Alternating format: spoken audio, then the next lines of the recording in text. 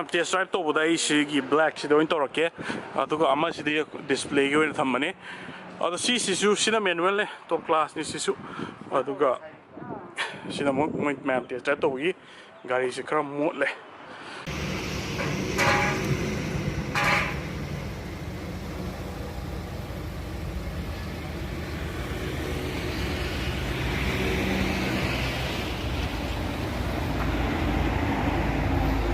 okay कोई test drive हो रहा है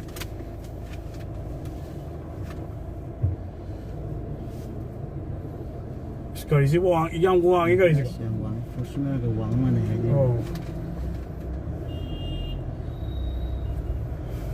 sedikit चला sedikit तो नहीं लगी नहीं लगी थोड़ा या कुछ मांग बाwa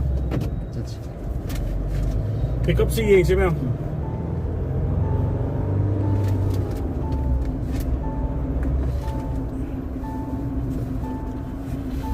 seat belt reminder यार उसे पे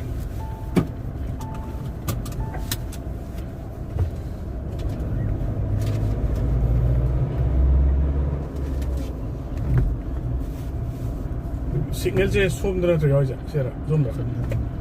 ओके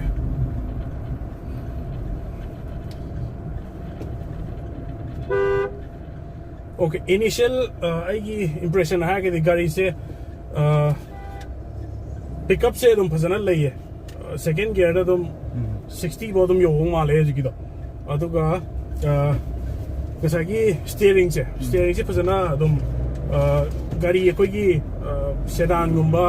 कोई हैचबैक गुम्बा लेदना को मो कोई केनो की टाइप तो तुम गाड़ी से फजना स्टीयरिंग से फजना नो वे है तारे को स्मूथ फजना वे अदुगा मेन ओइना आइना खंगिंग मति गसागी केविन की नॉइस से गाड़ी मनुंगा कोई मखोन से क्या होंगे हमने इंजन नॉइस क्या हम लगी है तो अदो यामना सरप्राइजिंगली सी की गाड़ी से मनुंगा यामना क्वाइट हुए अदुगा यामना केनो ओइ बेहतर मखोन से क्या तादी ने को बजना अदुगा सेकंड गियर रुंग ले अदुगा पिकअप से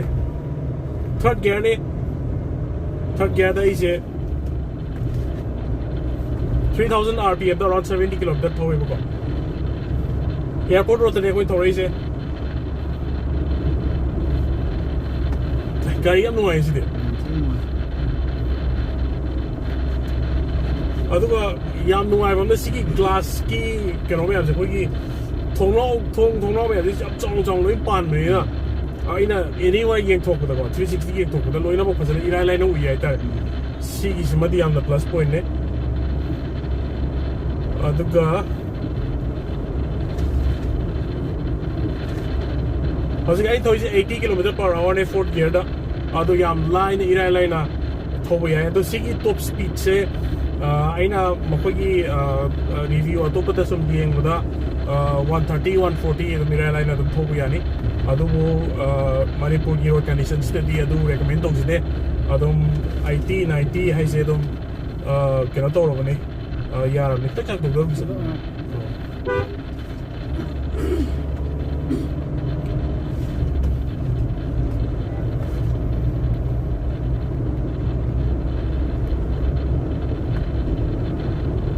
और सीट की क्वालिटी से फसना लई है आई की इसी की साइड की सपोर्ट है तारे को सपोर्ट से फसना इना हाइट कॉर्नरिंग तो को मत फसना इसी की सपोर्ट से फसना पी है ये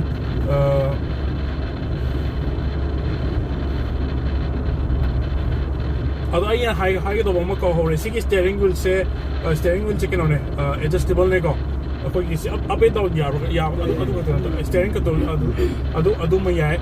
अदु का हानगी थाइनगी महिंद्रा थार दुगदी सिगदी याम खेनरनी मैम अदु आई अमतंगी टेस्ट ड्राइव तो हनजनी मैम कईगुंबा पोटेंशियल बायर मैम लेबिरगदी टेस्ट ड्राइव तो बियो सी क्वालिटी कमाय तो येंबियो अदु आई की सीरीज सिटिंग हाइट हाई तारे गाड़ी अतोपदा आई के थोंनरी अतोपा मैम पिक्चर पिक्चर लोई उरे गाड़ी सी याम चौन लोई उरे नाकन थोड़ी बसी सी का यामना नेम न उद्रने ओ गाड़ी सी यामना ग्राउंड क्लियरेंस यामना वांग बगी व्यू से फसना उई है तारे अदो कोई मणिपुर की रोड कंडीशन सिददी अमुक चिंग मान थोब खोपा सेगी गाड़ी से पूरा बेस होई दोने अदो महिंद्रा ना सुमाइना सारे सिदी पूरा थम्स अप ने ꯚ꯭ꯌꯨꯁꯦ ꯂꯣꯏ ꯌꯦꯡꯕꯤꯅꯦ ꯑꯩꯈꯣꯏ ꯁꯤꯗ ꯒꯥꯔꯤ ꯊꯧꯔꯤꯁꯤꯡ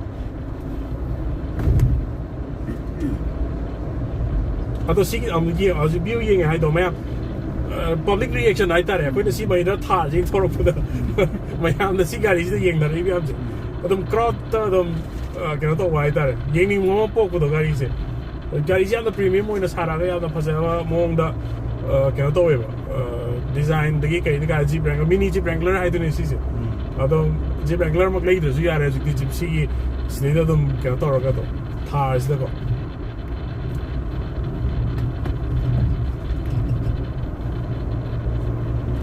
ꯁꯦꯡꯉꯣ ꯃꯥꯏꯛ ꯀꯛꯂꯛꯑꯒꯦ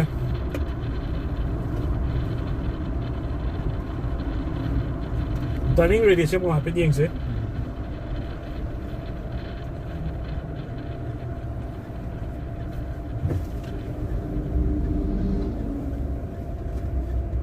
ꯌꯥꯝ ꯂꯥꯏꯅ ꯀꯛꯑꯦ ꯁꯤꯗꯤ ꯑꯣ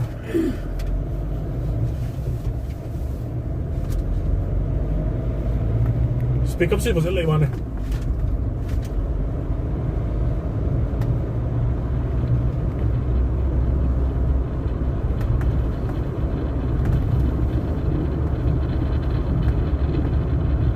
ꯑꯗꯣ ꯑꯩꯒꯤ ꯑꯣꯏꯅ ꯄꯔꯁꯣꯅꯦꯜ ꯑꯣꯏꯅ ꯑꯩꯁꯦ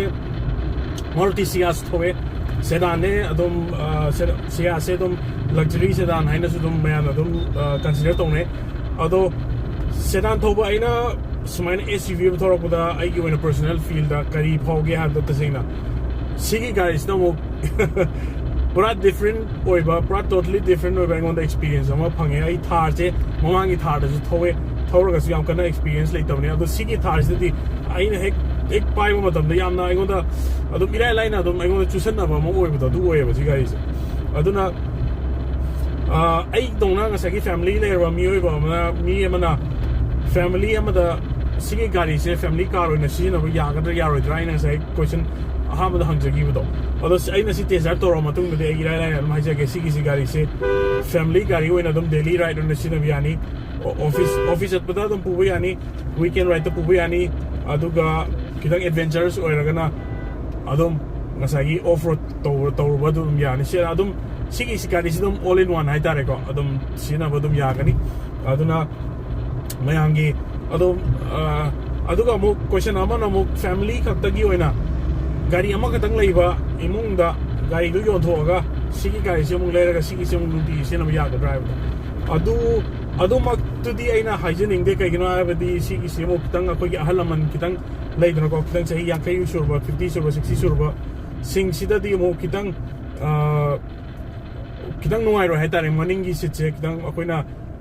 tu doro ebanina ko adu kitang nuai ro do kitang family big pa leidna ko adu da di dum delhi car ro na dum sina biya do ne adu gari sigi impression ai gi di yamna yam impress ore sigi gari se akoy uzi nauna putoiba